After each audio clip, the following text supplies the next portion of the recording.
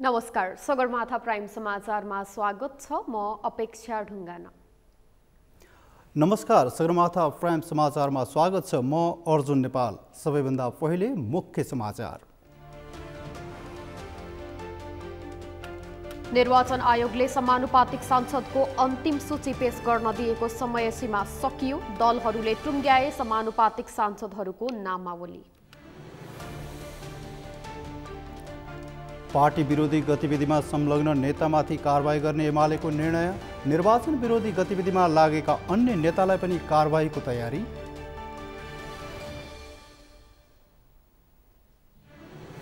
अपेक्षित सिट नआए पनि राष्ट्रिय राजनीतिमा पार्टीको भूमिका निर्णायक रहेको माओवादी अध्यक्ष दाहालको दाबी। पुनर्गठित गर्दै अघि बढ्ने दृढता व्यक्त। फ्रान्सेली अर्बपति बर्नार्ड अर्नाल्ड बने विश्वको सबैभन्दा धनी व्यक्ति। कुल सम्पत्ति 185.7 अर्ब डलर। एलन मस्क दोस्रो स्थानमा। र एसिया रग्बी अन्डर 18 पुरुष 7 प्रतियोगितामा नेपाल समूह चरणमै सीमित। मलेसिया र भारत सेमिफाइनल।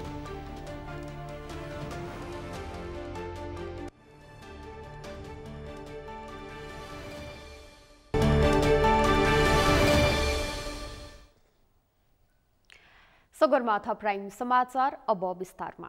निर्वाचन आयोगले समानुपातिक सांसदको अन्तिम सूची पेश गर्न दिएको समय सीमा सकिएको छ।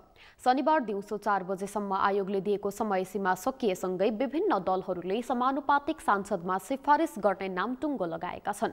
नेपाली कांग्रेसको आज बसेको पार्टी पदाधिकारी र कार्य सम्पादन समितिको बैठकले समानुपातिक सांसदमा सिफारिस गर्ने नाम टुङ्गो लगाएको बताइएको छ। यसैगरी नेकपा एमाले, माओवादी केन्द्र, राष्ट्रिय स्वतन्त्र पार्टी लगायतका दलहरूले समानुपातिक सांसदमा सिफारिस गर्ने नामको टुङ्गो लगाएका छन्।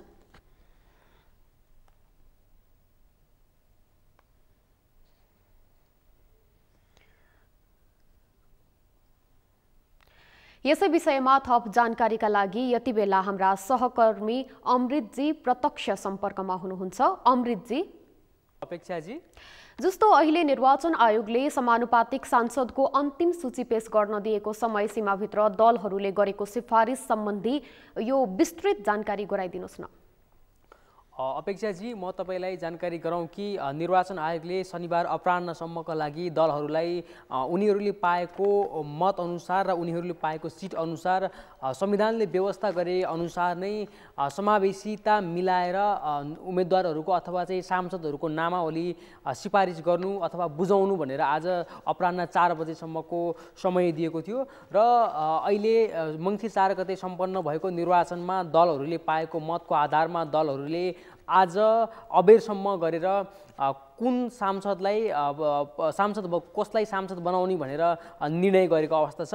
यसमा नेकपा एमाले हालसम्म 34 जनाको नाम सिफारिस गरेको छ भने नेपाली कांग्रेसले 32 जनाको नाम सिफारिस गरेको छ। यस्तै माओवादी केन्द्रले 14 जनाको नाम सिफारिस गरेको छ भने राष्ट्रिय स्वतन्त्र पार्टीले 13 जनाको नामावली सिफारिस गरेको छ। यस्तै राष्ट्रिय प्रजातन्त्र पार्टीले 7 जनाको नामावली कसलाई पठाउने भनेर भर्खरै टुङ्गोमा लगाएको छ भने जनता समाजवादी पार्टीले 5 जनाको नाम आज 3 बजे टुङ्गो लगाएर निर्वाचन आयोगमा नाम पेश गरेको छ। यस्तै जनमत पार्टीले पनि आफूले पाउने सिट 5 वटा थियो भने जनमत पार्टीले हिजो शुक्रबार नै पार्टीको बैठक बसेर उम्मेदवार कसलाई सांसद बनाउने भनेर हिजो नै टुङ्गोमा पुर्याएको छ।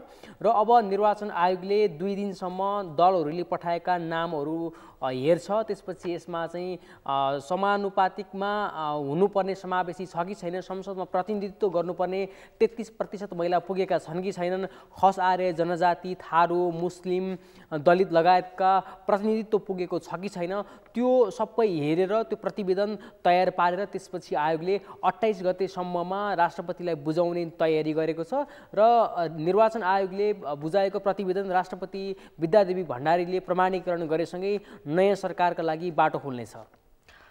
जस्तो निर्वाचन आयोगले समानुपातिक सांसदको अन्तिम सूची पेश गर्न दिएको समय सीमामा अब निर्वाचन आयोगले अन्य के कुरामा ध्यान दिन्छ, अन्य कुराहरूको बारेमा पनि अलिकति जानकारी गराउनुहोस् न।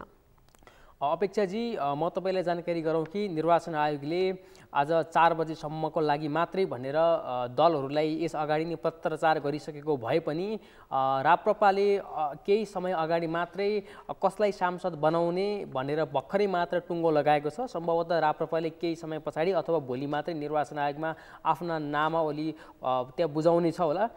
त्यस पछाडि निर्वाचन आयोगले 28 गते भित्र राष्ट्रपतिलाई त्यो प्रतिवेदन पेश गर्ने भनिए पनि दलहरूले ढिलो गरेको अवस्थामा भने निर्वाचन आयोगले पनि 1-2 दिन ढिलो हुन सक्ने जनाएको छ। र अब निर्वाचन आयोगले हेर्ने भनेको मुख्यतः संसदमा प्रतिनिधित्व गर्ने महिलाहरूको 33% पुग्यो कि पुगेन भनेर सबैभन्दा पहिला त्यो हेर्छ। त्यसपछि निर्वाचन आयोगले संविधानले व्यवस्था गरे अनुसार, निर्देशिकाले व्यवस्था गरे अनुसार नै निर्वाचन आयोगले त्यहाँ दलहरूले पठाएका सांसदहरू खसारेतर्फ पुगेको छ कि छैन, त्यसै गरी जनजातितर्फ पुगेको छ कि छैन, त्यस्तै अन्य चाहिँ दलित, मुस्लिम लगायतका समुदायहरूबाट पुगेको छ कि छैन, त्यो निर्वाचन आयोगले हेर्छ र त्यस पछाडि मात्रै निर्वाचन आयोगले राष्ट्रपति समक्ष प्रतिवेदन पेश गर्छ। जस अनुसार चाहिँ सबै समूहको प्रतिनिधित्व मिलाउँदा खस आर्यतर्फ समूहको 31.2% हुनुपर्ने छ भने आदिवासी जनजातिको हकमा 28.7% प्रतिनिधित्व हुनुपर्ने छ। यस्तै मधेसीको हकमा 15.3% हुनुपर्ने छ भने दलितको हकमा 13.8% हुनुपर्ने छ। यस्तै थारूको हकमा 6.6% हुनुपर्ने छ भने मुस्लिमको हकमा 4.4% हुनुपर्ने व्यवस्था गरिएको छ। यस्तै सबै समूहबाट महिलाहरूको कम्तीमा पनि 33% प्रतिनिधित्व हुने गरी दलहरूले आयोगमा समानुपातिकको नाम पेश गर्नुपर्ने छ। यदि दलहरूले माथि उल्लेखित कुनै पनि कुरा पुरा गरेनन् भने आयोगले फेरि पनि दलहरूलाई सूची सच्याउन आग्रह गर्नेछ र दलहरूले सूची सच्याइसके पछाडि संविधान अनुसार र निर्देशिका अनुसार उनीहरूले त्यो समानुपातिकको त्यो सांसदहरूको सूची समावेश गरिसके पछाडि मात्रै निर्वाचन आयोगले प्रतिवेदन राष्ट्रपति समक्ष पेश गर्नेछ।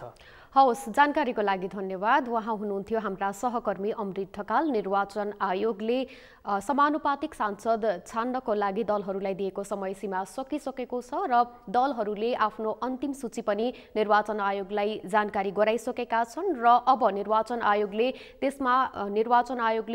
तोकेको नियम कानुनहरू पूरा भएको छ कि छैन हेरेर राष्ट्रपति समक्ष प्रतिवेदन पेश गर्ने भन्ने बारेमा हामीले उहाँबाट जानकारी लियौं। यति बेला हामी सगरमाथा प्राइम समाचारमा छौं। सगरमाथा प्राइम समाचारमा अब बाँकी समाचार। गत मंसिर 4 गते एकै चरणमा भएको प्रतिनिधि सभा र प्रदेशसभा सदस्य निर्वाचनको मतपरिणामले विजयी उम्मेद्वार खुसी छन् भने पराजितहरूका लागि संसद भवन प्रवेश बन्द भएको छ। निर्वाचनमा हारजित स्वाभाविक हो, तर प्रतिनिधि सभाको उम्मेद्वार बनेका 2412 जना उम्मेद्वार मध्ये 857 उम्मेद्वारले भने 100 मतसम्म पनि ल्याउन सकेनन्। अभिषेक सुनारको रिपोर्ट। मंसिर 4 गते भएको प्रतिनिधि सभा र प्रदेशसभा सदस्य निर्वाचनको मत परिणाम आइसकेको छ। कडा प्रतिस्पर्धाका बीच जित्नेहरू संसद भवनको ढोका खोल्न सफल भएका छन्। प्रतिनिधि सभाको 165 निर्वाचन क्षेत्रमा जित्ने दावी गर्दै निर्वाचनमा होमिएका 2412 जना उम्मेद्वार मध्ये 857 जनाले 100 मत पनि कटाउन सकेनन्, जसमा सबैभन्दा धेरै स्वतन्त्र र नेपाल मजदुर किसान पार्टीका उम्मेद्वार परेका छन्।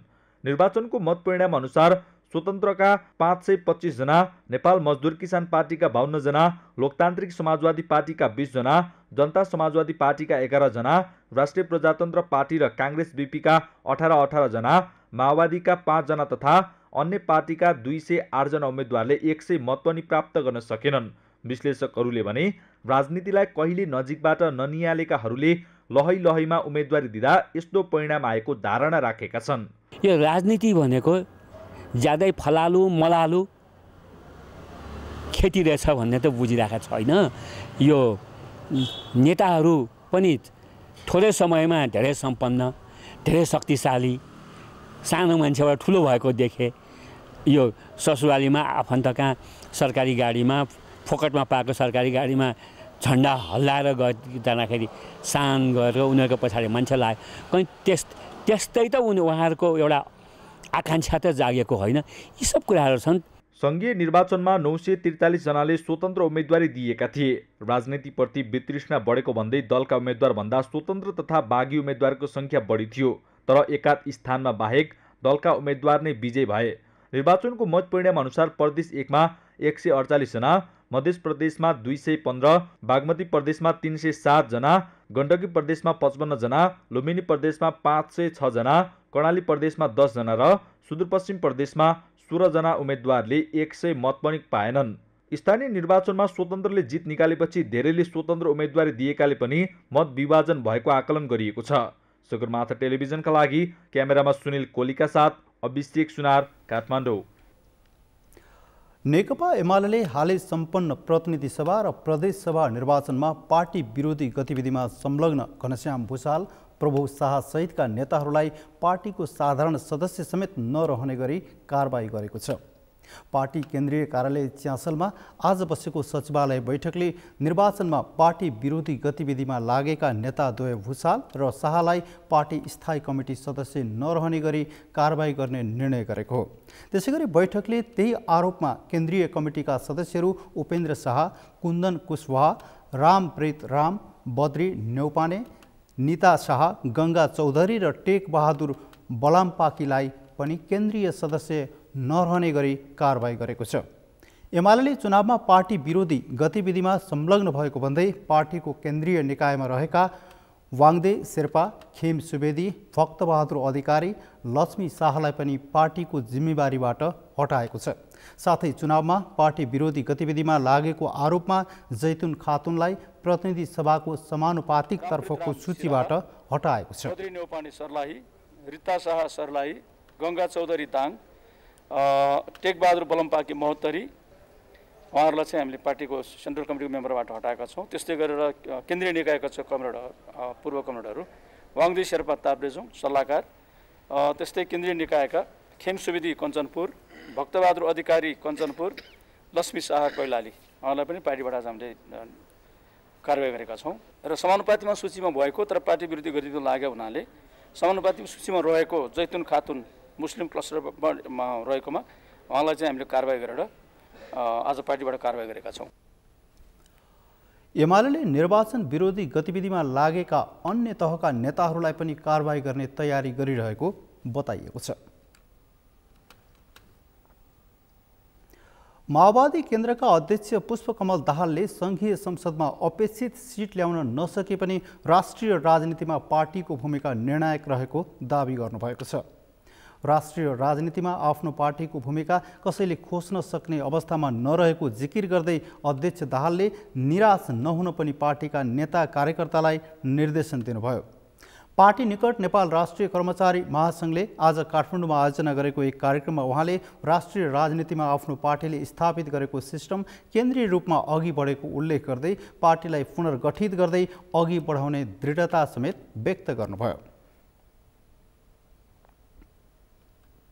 हामीले निराशा पार्नुपर्ने, हामी बडो चाहिँ चिन्तित हुनुपर्ने पनि छैन, तर गम्भीर समीक्षा गरेर आउने दिनको निम्ति हामीले आफूलाई रूपान्तरण गर्ने एउटा प्रतिबद्धता गर्नै पर्छ। यति बेला राष्ट्रिय राजनीतिमा हामी किन निराश हुनुपर्ने अवस्था होइन भन्छु भने म एउटा त एजेन्डाहरूको हिसाबले राजनीतिक धारा सिस्टमको हिसाबले त्यो हामीद्वारा स्थापित सिस्टम नै नेपालमा अहिले पनि केन्द्रीय रूपमा कायम छ र शक्तिको हिसाबले पनि हामीले थोरै आत्मसमीक्षा गरेर मेहनत गर्ने हो भने शक्तिको हिसाबले पनि हामी फेरि पुनर्ताजगी, पुनर्सङ्गठित हुन सक्ने र पुनरान्दोलित हुन सक्ने शक्ति हामीसँग छ।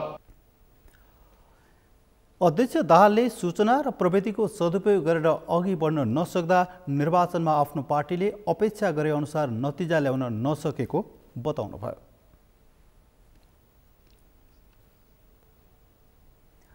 यसैगरी माओवादी अध्यक्ष पुष्पकमल दाहालले पार्टीहरूले संसदीय दलको नेता चयन गरेपछि मात्रै सरकार गठनबारे छलफल हुने बताउनु भएको छ। आज काठमाडौँमा आयोजित एक कार्यक्रमपछि संक्षिप्त प्रतिक्रिया दिँदै अध्यक्ष दाहालले पार्टीहरूले संसदीय दलको नेता चयन गरेपछि मात्रै सरकार गठनबारे छलफल हुने बताउनु भएको हो। उहाँले निर्वाचनको मत परिणाम निर्वाचन आयोगले राष्ट्रपति समक्ष पेश गरेपछि दलहरूले संसदीय दलको नेता चयन गर्ने प्रक्रिया सुरु हुने उल्लेख गर्दै त्यसपछि मात्रै सरकार गठनबारे छलफल हुने उल्लेख गर्नुभयो। राष्ट्रपति कार्यालयमा यो निर्वाचितहरूको लिस्ट बुझाएपछि संसदीय दलको नेता चुनिएपछि मात्रै सरकारबारे छलफल हुन्छ।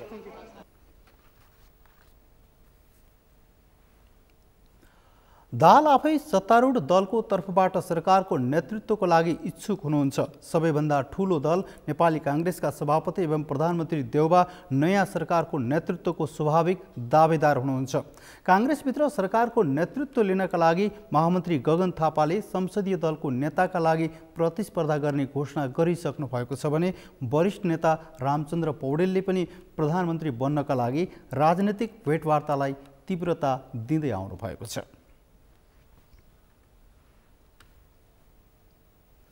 सगरमाथा समाचारमा पालो भएको छ विश्रामको। विश्रामपछि यातायात व्यवस्था ऐन अनुसार सवारी भाडा दरमा छुट नपाएको लक्षित वर्गको गुनासो, अनुगमन गरी कार्यान्वयनमा जोड दिन आग्रह।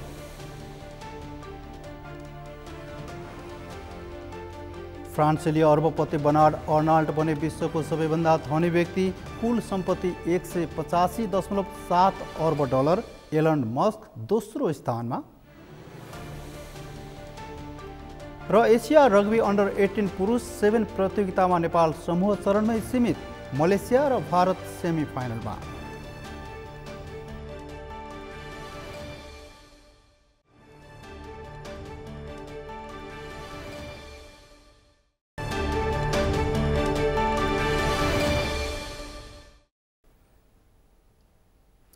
विश्रामपछि सगरमाथा प्राइम समाचारमा स्वागत छ। अब बाँकी समाचार। आज 74औं अन्तर्राष्ट्रिय मानव अधिकार दिवस विश्वभर विभिन्न कार्यक्रम गरी मनाइएको छ। नेपालमा पनि सबैका लागि मर्यादा, स्वतन्त्रता र न्याय भन्ने मूल नाराका साथ अन्तर्राष्ट्रिय मानव अधिकार दिवस मनाइएको हो। नेपालमा मानव अधिकारका विषयमा संवैधानिक हक अधिकार उल्लेख भए पनि त्यसको कार्यान्वयन र वास्तविक न्याय वा मानव अधिकारको अवस्थामा भने अझै सुधार आउन सकेको छैन। यशोदा भण्डारीको रिपोर्ट। 74औं अन्तर्राष्ट्रिय मानव अधिकार दिवस शनिबार विभिन्न कार्यक्रम गरी नेपालमा पनि मनाइएको छ। सबैका लागि मर्यादा, स्वतन्त्रता र न्याय भन्ने मूल मर्मका साथ यो वर्षको अन्तर्राष्ट्रिय मानव अधिकार दिवस मनाइएको हो। दिवसका अवसरमा राष्ट्रिय मानवाधिकार आयोगको कार्यक्रममा प्रधानमन्त्री शेरबहादुर देउवाले मानवाधिकारको संरक्षण सम्वर्धन गर्ने दायित्व राज्यको भए पनि मानवाधिकारको सम्मान गर्नु सबैको जिम्मेवारी भएको बताए। उनले नागरिकको आर्थिक, सामाजिक र सांस्कृतिक अधिकार प्रत्याभूत गर्न मानवाधिकार मैत्री वातावरण सिर्जना गर्न सरकार प्रतिबद्ध रहेको बताए। मानवाधिकारको संरक्षण सम्वर्धन गर्ने सबै दायित्व मूलत राज्यको भए तापनि मानवाधिकार संस्कृतिको सम्मान गर्नु सबैको जिम्मेदारी हो। प्रचलित कानुनको पालना गर्ने र मानवाधिकारको सम्मान गर्ने कार्यनीति क्षेत्र, नागरिक समाज तथा उद्यमी व्यवसायी सबैको सहयोग अपेक्षित छ। विश्वव्यापी रूपमा मानवाधिकारको लक्ष्य तथा प्रवर्धन गर्ने निम्ति नेपाल प्रतिबद्ध छ। कार्यक्रममा राष्ट्रिय मानवाधिकार आयोगका अध्यक्ष तप बहादुर मगरले आयोगको 6औं रणनीति योजना 2031-2026 कार्यान्वयन गर्दै आएको बताए। उनले तीनै तहको सरकारले मानवाधिकार मैत्री कानून बनाइरहेको जानकारी दिए। उनले मानवाधिकार आयोग ऐन 2068 नेपालको संविधान अनुकूल संशोधन हुन नसकेको उल्लेख गरे। अध्यक्ष मगरले राष्ट्रिय मानवाधिकार संस्थाहरूको अन्तर्राष्ट्रिय सञ्जाल गान्ड्रीको स्तर निर्धारणमा राष्ट्रिय मानवाधिकार आयोगलाई ख श्रेणीमा घटुवा गर्न सिफारिसबारे राज्य गम्भीर हुनुपर्ने बताए। संवैधानिक प्रावधान र सर्वोच्च अदालतको आदेशका बावजुद आयोगले दोषीलाई मुद्दा चलाउनु भनी गरिएका सिफारिस कार्यान्वयन गर्न प्रष्ट कानुनी व्यवस्था हुन नसक्नु चुनौतीको विषय बनेको छ। राष्ट्रिय मानवाधिकार आयोग ऐन 2068 नेपालको संविधान अनुकूल हुने गरी संशोधन हुन सकेको छैन। पेरिस सिद्धान्तको मर्म अनुरूप आयोगको आर्थिक स्वायत्तता सुनिश्चित हुन नसकेको अवस्था छ। यी चुनौतीहरूको बावजुद पनि आयोग आफ्नो संवैधानिक जिम्मेवारी पूरा गर्न पूर्ण रूपमा प्रतिबद्ध छ। यसै सन्दर्भमा राष्ट्रिय मानवाधिकार संस्थाहरूको विश्वव्यापी सञ्जाल ग्याङ्ग्रीको एससीएले गरेको सिफारिस कार्यान्वयन गर्न समेत आयोग सरकारलाई आग्रह गर्दछ।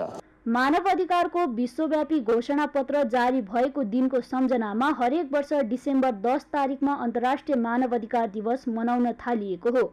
नेपालमा मानव अधिकारका लागि संवैधानिक व्यवस्था पर्याप्त छ, तर त्यसको कार्यान्वयन र वास्तविक न्याय वा मानव अधिकारको अवस्थामा भने सुधार हुन सकेको छैन। पछिल्लो समय बढ्दै गएको यौनजन्य हिंसा, हत्या तथा द्वन्द्वका पीडितहरूले अझै न्याय पाउन सकेका छैनन्। यस विषयमा सरकार साथै राष्ट्रिय मानवाधिकार आयोग गम्भीर हुन आवश्यक छ। सगरमाथा टेलिभिजनका लागि क्यामेरामा लिम्बहादुर खत्रीका साथमा यशोदा भण्डारी, काठमाडौँ। आज विश्वभर 74औं अन्तर्राष्ट्रिय मानवाधिकार दिवस मनाइएको छ। नेपालमा पनि विभिन्न कार्यक्रमको आयोजना गरी यो दिवस मनाइएको छ।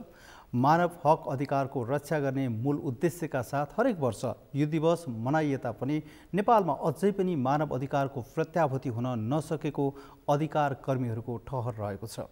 यसै सन्दर्भमा आज हामीले सर्वसाधारणलाई सोधेका थियौँ, मानव अधिकार रक्षाका लागि कसको भूमिका कस्तो हुनुपर्छ? हेरौँ उनीहरूको भनाई उनीहरूकै शैलीमा।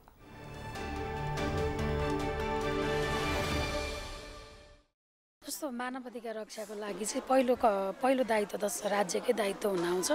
त्यो सँगसँगै हरेक मानवले चाहिँ जुन कतिपय छ नि त हिंसा महिलाहरूले भोगिरहेको कुराहरू र पुरुषले पनि भोगिरहेका जुन मानव अधिकारबाट वञ्चित हुनु परेका कुराहरू छन्, त्यसमा चाहिँ व्यक्ति पनि दायित्व हुन्छ। उसले अर्को व्यक्तिले पनि मान सम्मान दिनु जरुरी छ। हिंसामुक्त समाज र सबैका लागि चाहिँ समान अवसरका लागि चाहिँ यसको निर्माण भएको हो। अब विश्व मानवाधिकार दिवसको क्रममा हामीले बुझ्नुपर्ने महत्त्वपूर्ण कुरा के छन् भने मानवाधिकारको रक्षा हरेक देशको चाहिँ स्टेटले गर्ने हो, राज्यले गर्ने हो। मानवाधिकार आयोग जस्ता संस्थाहरू र अन्य मानवाधिकार सङ्घ संस्थाहरूले चाहिँ त्यसलाई टेवा दिने हो। सर्वप्रथम मानवाधिकारको संरक्षण सम्वर्धनको लागि त राज्यको दायित्व नै हुन्छ। मानवाधिकारको चाहिँ संरक्षण गर्नको लागि वा मानवाधिकार प्राप्ति गर्नको लागि चाहिँ एउटा भूमिका व्यक्तिको हुन्छ, जसले चाहिँ आफूले दाबी पनि गर्नु पर्यो र अर्को त्यो पुरा गर्ने दायित्व चाहिँ राज्यको हुन्छ। सर्वप्रथम त सरकारको भूमिका नै महत्त्वपूर्ण हुन्छ, किन भन्दा सरकारसँग साधन स्रोत सबै खालको हुने भावनाले मानवाधिकारको संरक्षण सम्मान परिपूर्ति पनि गर्छु भनेर सरकारले अन्तर्राष्ट्रिय स्तरमा गरेको प्रतिबद्धता छ। त्यसैले सरकार प्रमुख जवाफदेही हुनु पर्यो। त्यसपछि अब मानवाधिकार आयोग पनि सरकारलाई जवाफदेही बनाउनको लागि प्रभावकारी भूमिका आयोग पनि रहन्छ। मान्छेको चाहिँ अब आधारभूत मानवाधिकार चाहिँ सबैले उपभोग गर्न पाउनुपर्छ भन्ने हो। तर अहिले चाहिँ अब हेर्दाखेरि नेपालको कन्टेक्स्टमा हेर्दाखेरि चाहिँ अझै पनि मानवाधिकारको चाहिँ विभिन्न कुराहरू, अझ विशेष गरी महिलाहरूलाई चाहिँ मानवाधिकार चाहिँ हनन भइरहेको कुराहरू छन्। हत्या हिंसाहरू होइन, बलात्कार जस्ता चाहिँ जघन्य अपराधहरू भइरहेछन्। त्यसको जिम्मेवारी भनेको त राज्यले लिनुपर्छ होइन। मानवाधिकार रक्षा गर्ने, सम्वर्धन गर्ने, संरक्षण गर्ने, यसको कार्यान्वयन गर्ने भनेको त मुख्य दायित्व त सरकारको हो, राज्यको हो। राज्य भनेको नेपाल सरकार होइन, मन्त्री परिषद कार्यपालिकाको। राष्ट्रिय मानवाधिकार आयोग यस्ता भने त राज्यको एउटा संयन्त्र हो होइन। राष्ट्रिय मानवाधिकार आयोग त छ, खडा गरिएको, तर यो त देखाउने हात्तीको दाँत जस्तो भएको छ।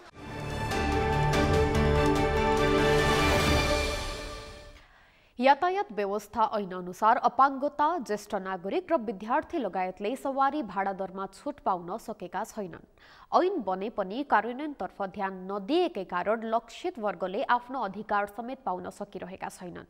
सरकारले ऐन बनाएर मात्रै नपुग्ने भन्दै अनुगमन गरी कार्यान्वयनमा जोड दिनुपर्ने माग सरकारवालाहरूले राखेका छन्।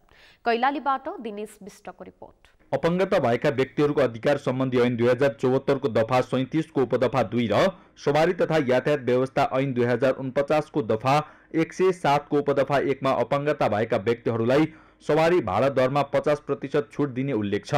तर सो ऐनमा मात्रै सीमित भएको छ। अपाङ्गता भएका व्यक्तिहरूले सो ऐन कार्यान्वयन नभएको गुनासो गरेका छन्। केही ठाउँमा अपाङ्गता भएका व्यक्तिले भाडा दरमा छुट पाए पनि सुदूरपश्चिममा अधिकांशले छुट नपाएको अपाङ्गता भएकाहरूको गुनासो छ। भाडा दरमा छुट नपाउँदा अपाङ्गता भएका व्यक्तिहरू अधिकारबाट वञ्चित भएका छन्। झन् यातायातका साधनहरू अपाङ्ग मैत्री नहुँदा उनीहरूलाई यात्रा गर्न असहज हुने गरेको छ। अहिले चाहिँ यो वर्तमान अवस्थामा त्यो कानुन भइरहँदा पनि के भन्छ कार्यान्वयन नभएको अवस्था छ। अपाङ्गता भएका व्यक्तिहरूले अहिले चाहिँ बसहरूमा कुनै पनि सवारी साधनमा चाहिँ उनीहरूले पाउने नेपाल सरकारले दिएको कानुन व्यवस्था भएको कानुनहरू भए तापनि हामीले चाहिँ त्यस्तो अवस्थामा चाहिँ हामीले पाएका छैनौँ। नेपाल सरकारले कानुन मात्रै बनाएको छ, कार्यान्वयनमा चाहिँ त्यसले त्यो पक्षलाई चाहिँ अगाडि बढ्न सकेको छैन। त्यसकारणले गर्दाखेरि मलाई के लाग्छ भने अपाङ्गता भएका व्यक्तिहरूका लागि चाहिँ यस्ता कानुन बनाइसकेपछि यो कार्यान्वयन भएको छ कि छैन भनेर चाहिँ यसको निगरानी पनि गर्नुपर्दछ। कुनै पनि सवारी साधनहरू चाहिँ हामीले त्यस्तो किसिमको छुट दिन सकिरहेका छैनन्। त्यो अवस्थामा चाहिँ हामी अहिले अपाङ्गता भएका व्यक्तिहरू दुःख भोगिरहेको अवस्था छ। केही मात्रामा छुट भए तापनि अधिकांशले चाहिँ छुट प्राप्त गर्नुभएको छैन होइन, जसले गर्दाखेरि अब दूर दराजबाट आउनुभएका जो चाहिँ अपाङ्गता भएका व्यक्तिहरू हुनुहुन्छ उहाँहरू चाहिँ आफ्नो कानुनमा तोकिएको सेवा सुविधाहरूबाट चाहिँ वञ्चित हुनु परेको छ र आरक्षण सिट जो भनिएको छ त्यो सिट चाहिँ कुनै पनि गाडीले चाहिँ नछुट्याइदिएको, उहाँहरूले चाहिँ त्यो नीतिअनुसार कहिले पनि अपाङ्गता भएको व्यक्तिले चाहिँ त्यसलाई प्रयोग गर्न पाएको छैन। छुट भएन भने अब नेपाल सरकारले सुविधा दिएको छ, अपाङ्गता भनेकै गरिबीसँग जोडिएको हुन्छ होइन, र गरिब व्यक्तिहरूलाई राज्यले छुट दिनुपर्छ भनेर चाहिँ नीतिमा लेखिसकेपछि त्यो अनुसार चाहिँ छुट पाउनुपर्छ भन्ने मान्यता हो। ऐन अनुसार छुट नपाएको भन्दै राष्ट्रिय अपाङ्ग महासंघ सुदूरपश्चिममा प्रदेशले सरकारको ध्यानाकर्षण गराएको छ। एक कार्यक्रमबीच महासंघले कानुनी व्यवस्थाको कार्यान्वयनका लागि जनचेतनामूलक सार्वजनिक यातायातमा स्टिकर टाँस्ने काम सुरु गरेको छ। महासंघले सरकारसँगै यातायात व्यवसायहरूको पनि ध्यानाकर्षण गराएको छ। हाम्रा चाहिँ टिकट काउन्टर पनि अपाङ्गता मैत्री हुनु पर्यो, जहाँ व्हिलचेयर युजर व्यक्तिले पनि सहज तरिकाले चाहिँ टिकट काट्ने वातावरण हुनुपर्छ।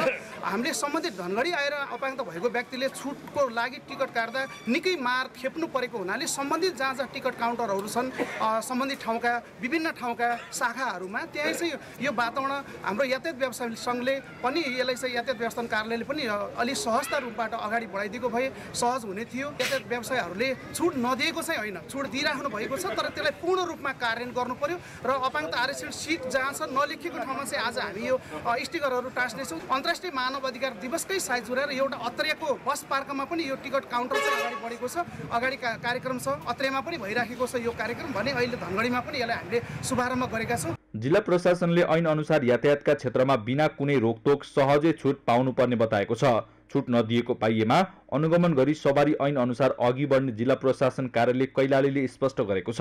यहाँ पनि नभएको भन्ने जस्तो मलाई लाग्दैन। अब यो अवसर पाएर यदि रहिनेछ बिर्सेका रहेछन् भने पनि त्यसलाई पुनर्ताजा पुनर्स्मरणको लागि चाहिँ यो जाओस्। यातायात व्यवसायी महासङ्घका यो सञ्चालकहरूले पनि र पदाधिकारीहरूले पनि आफ्नो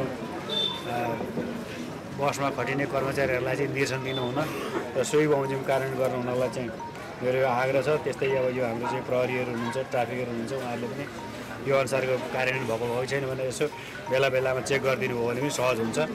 त्यस्तो केही समस्या आयो भने फेरि पनि हाम्रो बैठक बसेर अगाडि निकाल्न सक्छौँ। र यो आजको यो हामीले 3टा कुरा भनेको 50% छुट र सबै भाषाको प्रयोग र आरक्षण सिट यीहरूलाई चाहिँ यो कार्यान्वयन होस्।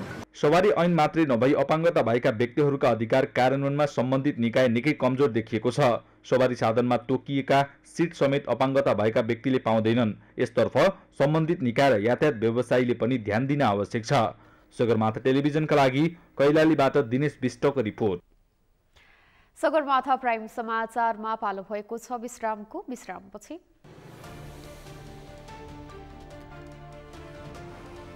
फ्रान्सेली अर्बपति बर्नार्ड अर्नाल्ड बने विश्वको सबैभन्दा धनी व्यक्ति। कुल सम्पत्ति 185.7 अर्ब डलर।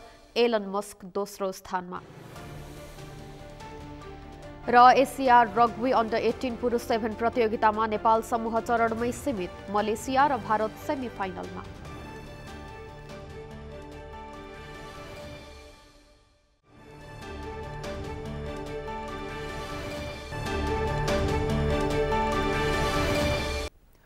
सगरमाथा प्राइम समाचारको अन्त्यमा मुख्य समाचार पुनः एकपटक।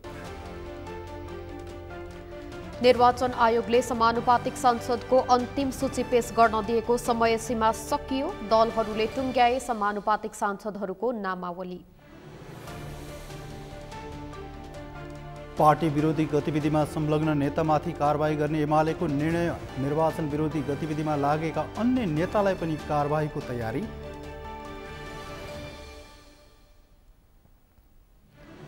अपेक्षित सिट नआए पनि राष्ट्रिय राजनीतिमा पार्टीको भूमिका निर्णायक रहेको माओवादी अध्यक्ष दाहालको दाबी। पुनर्गठित गर्दै अघि बढ्ने दृढता व्यक्त। फ्रान्सेली अर्बपति बर्नार्ड अर्नाल्ड बने विश्वको सबैभन्दा धनी व्यक्ति। कुल सम्पत्ति 185.7 अर्ब डलर। एलन मस्क दोस्रो स्थानमा। र एसिया रग्बी अन्डर 18 पुरुष 7 प्रतियोगितामा नेपाल समूह चरणमै सीमित। मलेसिया र भारत सेमिफाइनलमा।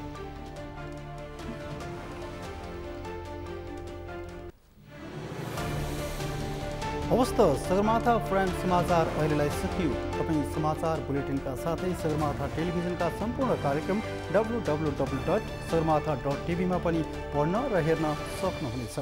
साथै युट्युबमा youtube.com/sagarmatha TV नेपालमा हेर्न सक्नुहुनेछ। तपाईँ हामीलाई फेसबुकमा पनि facebook.com/stv नेपालमा फलो गर्न सक्नुहुनेछ। समाचारको शिखर नेपालको गौरव नेपालको पहिलो न्युज च्यानल सगरमाथा टेलिभिजन हेर्दै गर्नुहोला। नमस्कार। नमस्कार।